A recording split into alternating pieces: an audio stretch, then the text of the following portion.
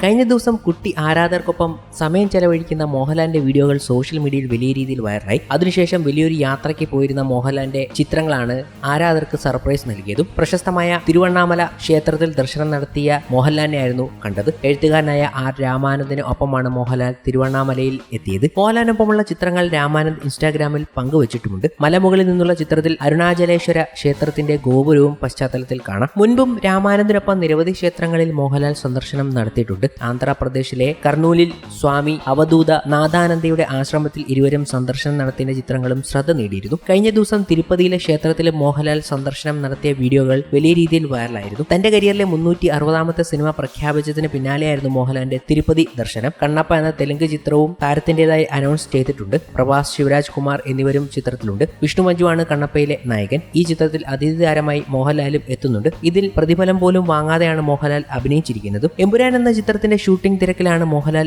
ഇപ്പോൾ ഉള്ളത്. ഋഷഭ, റാം, റംബാൻ എന്നിവയാണ് അണിയറയിൽ ഒരുങ്ങുന്ന മോഹൻലാലിന്റെ മറ്റ് ചിത്രങ്ങൾ. ബിഗ് ബോസ് മലയാളം സീസൺ 6ന്റെ അവതാരകനും മോഹൻലാലാണ്. അതേസമയം മോഹൻലാൽ ആദ്യമായി സംവിധാനം ചെയ്ത ബറോസ് റിലീസിന് ഒരുങ്ങുകയാണ്. അതിന്റെ പ്രവർത്തനങ്ങളും മോഹൻലാൽ വീക്ഷിക്കുന്നുണ്ട് ഈ അവസരത്തിൽ. അപ്പോഴാണ് മോഹൻലാലിന്റെ ഈ ക്ഷേത്ര ദർശന വിവരങ്ങൾ പങ്കുവച്ചുകൊണ്ട് ആർ രാമാനന്ദ് തന്നെ എത്തുന്നത്. ആർ രാമാനന്ദിന്റെ തിരക്കഥയിലാണ് ജയസൂര്യ നായകനാകുന്ന കത്തനാർ എന്ന ചിത്രം ഒരുങ്ങിക്കൊണ്ടിരിക്കുന്നത്. ഈ ചിത്രത്തിലും മോഹൻലാൽ ഒരു അതിഥി വേഷത്തിൽ എത്താൻ പോകുന്നു എന്നുള്ള സൂചന നേരത്തെ തന്നെ പുറത്തു വന്നിരുന്നു. ഒഫീഷ്യലായി ഇതിനെക്കുറിച്ചൊന്നും പ്രഖ്യാപിച്ചില്ലെങ്കിലും വരാനുള്ള സാധ്യതയെക്കുറിച്ച് പറഞ്ഞുകൊണ്ട് നിരവധി വാർത്തകളാണ് എത്തിയത്. അടുത്തിടെയാണ് കത്തനാർ എന്ന ചിത്രത്തിൽ അനുഷ്ക ശർമ്മയും പ്രഭുദേവയും ഒക്കെ ജോയിൻ ചെയ്തത്. ഇത് വലിയ രീതിയിൽ ശ്രദ്ധിക്കപ്പെടുകയും ചെയ്തിരുന്നു.